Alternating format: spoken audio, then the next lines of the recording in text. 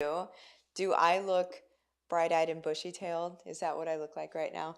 I got home at almost 2 in the morning, flying home from Salt Lake yesterday. And anyway, I'm like, you know what? I gotta suck it up, sister. I gotta come live. I still gotta do my things. It's consistency. You don't stop doing the things just because you got some weird, I don't know, tiredness or something. So anyway, what we're going to talk about today is this won't take too super long, but I think it's something that everybody needs to hear. It's something that I talked about a little bit in my talk at Zermatt this last weekend. Like I touched on it just a little bit, and I want to touch on it for you guys too because it's the important thing. I mentioned haters in the title, right? So like, what do you do with your haters, right? What do you do do you guys hear that? My chinchilla is looking right at me and running in her wheel. Can you chill? Can you relax? We'll see if she does. Okay, so anyway, hey, good morning, lady. I see you there. Okay, so what do you do when the haters come around, right? Um, First things first. Let's understand who the haters are, okay?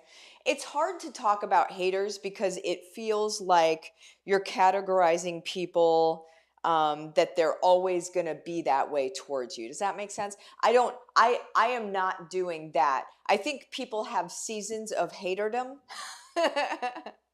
I think I think a lot of people become haters because they misunderstand people. And whenever they misunderstand people, then they don't like them and they kind of become their loud haters, right? And so I don't think, I don't look at my haters right now as people that'll be haters forever. I just think that they're people that misunderstand me right now. And we have to have the heart to be able to look at them that way. Does that make sense? Okay, right? And so when I put that in the title, it feels very like, and it's not. It's just how do we, with our hearts, how do we deal with it whenever people misunderstand us? And then whenever they sort of spew their vitriol at us, and whenever they just kind of like do that. You know what I'm saying? And so, and how do we keep our hearts safe in those moments? So, the first thing that I want to say before we jump into this is that you've got there. Let's segment your audience, okay? So, I don't care whether your audience is 5 people offline, not even online, right? Like maybe you don't have any online presence at all. No big deal if you don't. But maybe your audience is 5 people. Or maybe your audience is 5 million people. Who knows, right? It doesn't matter. These numbers, these percentages are going to be the same, okay? And so the percentages go like this.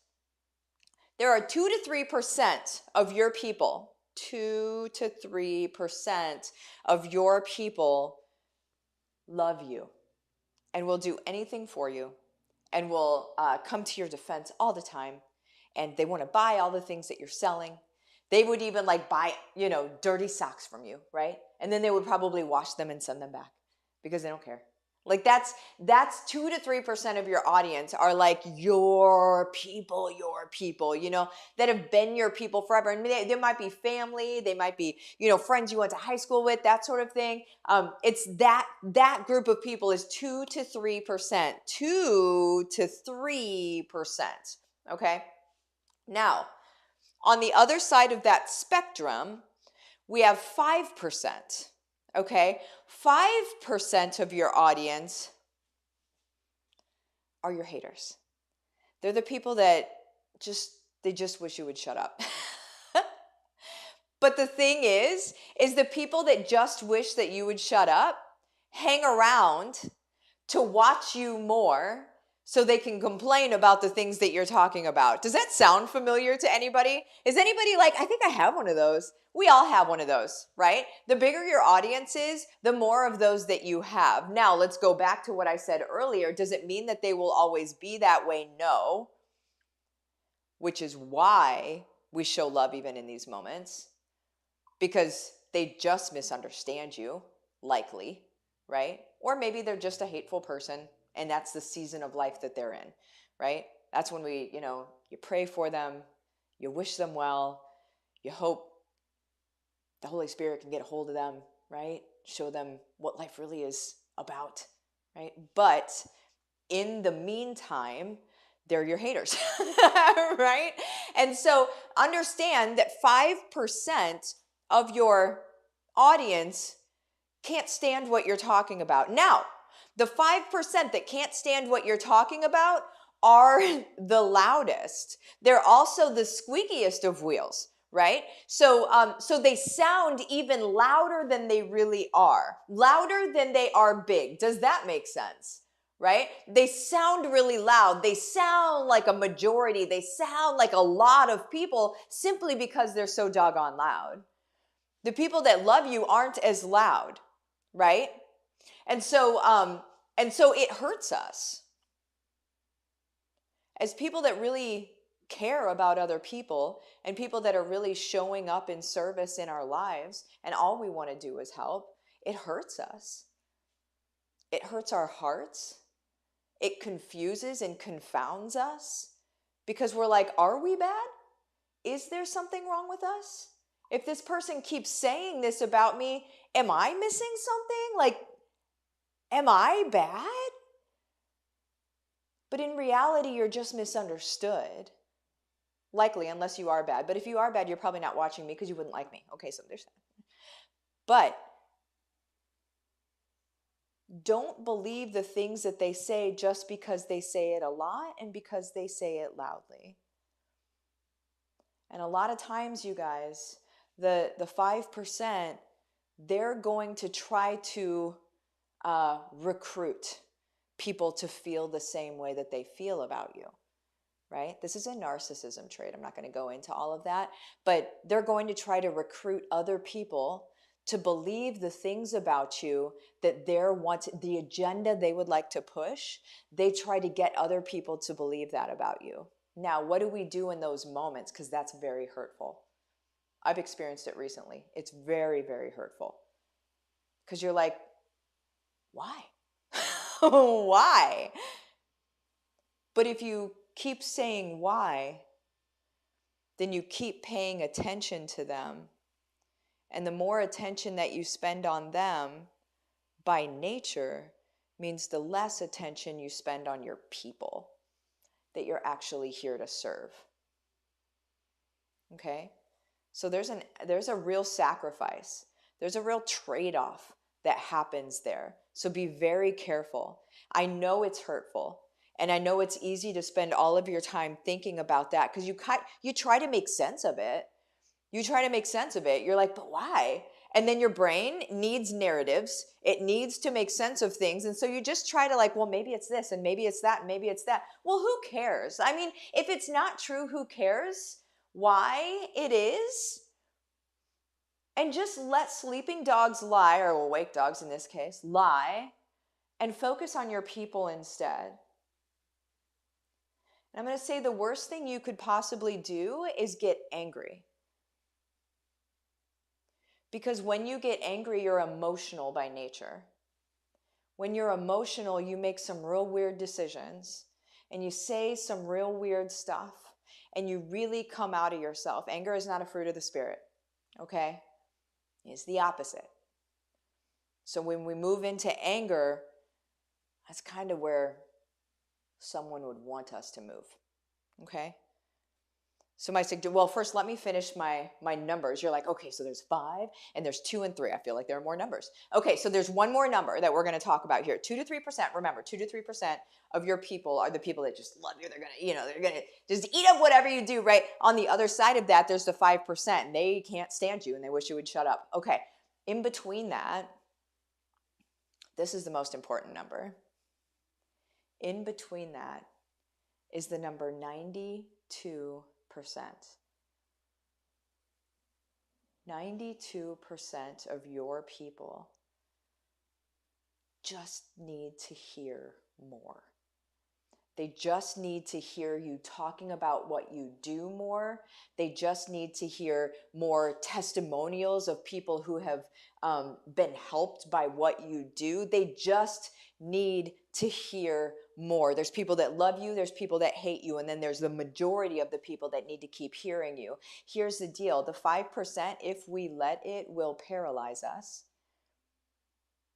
And then the rest of the 92% of our audience that we're here to serve, if we get paralyzed by the 5%, we'll stop.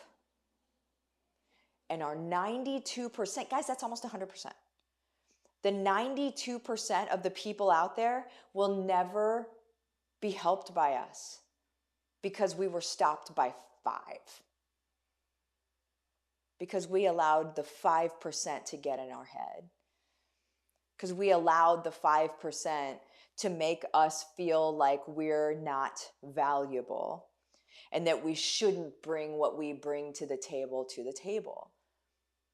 That's important data to know. And like I said, it's across the board. I don't care if your people, like if your audience is 5 people or 5 million people, the percentages remain the same. They're always roughly the same. Very small number, loves you. Kind of small number hates you. Rest of the number following you. They need to hear more of how you serve so they can be helped. Okay, guys? The consistency is directly related to whether we let the 5% in our heads or not. Okay? So I just want you guys to protect your hearts against the 5%. I want for whenever they get loud, if they're on like a public page or something, you can hide comments, right? In a group, if you hide comments, you're just hiding it from yourself, by the way, just so you know. But which is just like Facebook, why are you doing that? And that's in Facebook, but on your public pages, you can hide the comments. And the fun thing is that whenever you hide the comments, they believe that they are still being seen and heard, although nobody is seeing or hearing them unless they're connected with somebody, right? Only somebody that is also a friend of yours or connected to you and connected to them would see their comment. I suggest not deleting them because now you're causing potential issue. And again, it's when there's potential issue that's brought, then you're going to have to spend more attention with them. Okay? So with the haters, here's how we deal with the haters. First of all, pray for them. I would just always say pray for them. Always. Because in my own experience, I'll just share this. In my own experience, the biggest haters I have come across have had poor, as I look at them, they have poor self-worth. They appear to have a lot of shame. They appear to have a lot of like trying to, point over here because they're doing something over here. And so it's deflection, right? Which is shame. And so I just pray for them specifically for the thing that you see, right? Don't call it out. Don't go up to them and be like, well, I see you've got a lot of shame. They're not going to like that, right? I do notice you have quite a bit of shame, friend/not friend, right? But just pray for them specifically toward their shame. Pray for them in their healing, right? Because again, the haters are that's a season of haterdom. I have very few, like if I look at my haters from a couple years ago, those guys aren't my haters anymore. It's new ones. There's new crops, right? There's new crops. Some of them end up liking me and some of them end up going away completely. But they don't really stick around and hate you forever and ever, amen. That I haven't seen yet. And I've been doing this for, oh my word, I'm not even going to say numbers, right? A long time. Enough to know this. Enough to have gone through this. So they won't be your haters forever, and they won't even be this loud forever. Even if they don't like you forever, they won't be this loud. They'll end up going away. And I think the reason they'll end up going away is because you don't pay them any attention. Okay? If you pay them attention and you give them a battleground, so to speak, then yeah, they're going to stick around because that's what they're there for. But if you give them nothing, then they're going to go away because they're bored. They're going to find somebody else to hate. Okay. So I love you guys. I hope this was helpful, because it's not, are you going to go through this? It's when are you going to go through this? Because everybody's got haters. If you don't have them yet, it's no big deal. It's just because you're not seen enough yet. But whenever you become more public, people have opinions. Okay. And so hopefully this was helpful. I love you guys. I will see you later. Adios.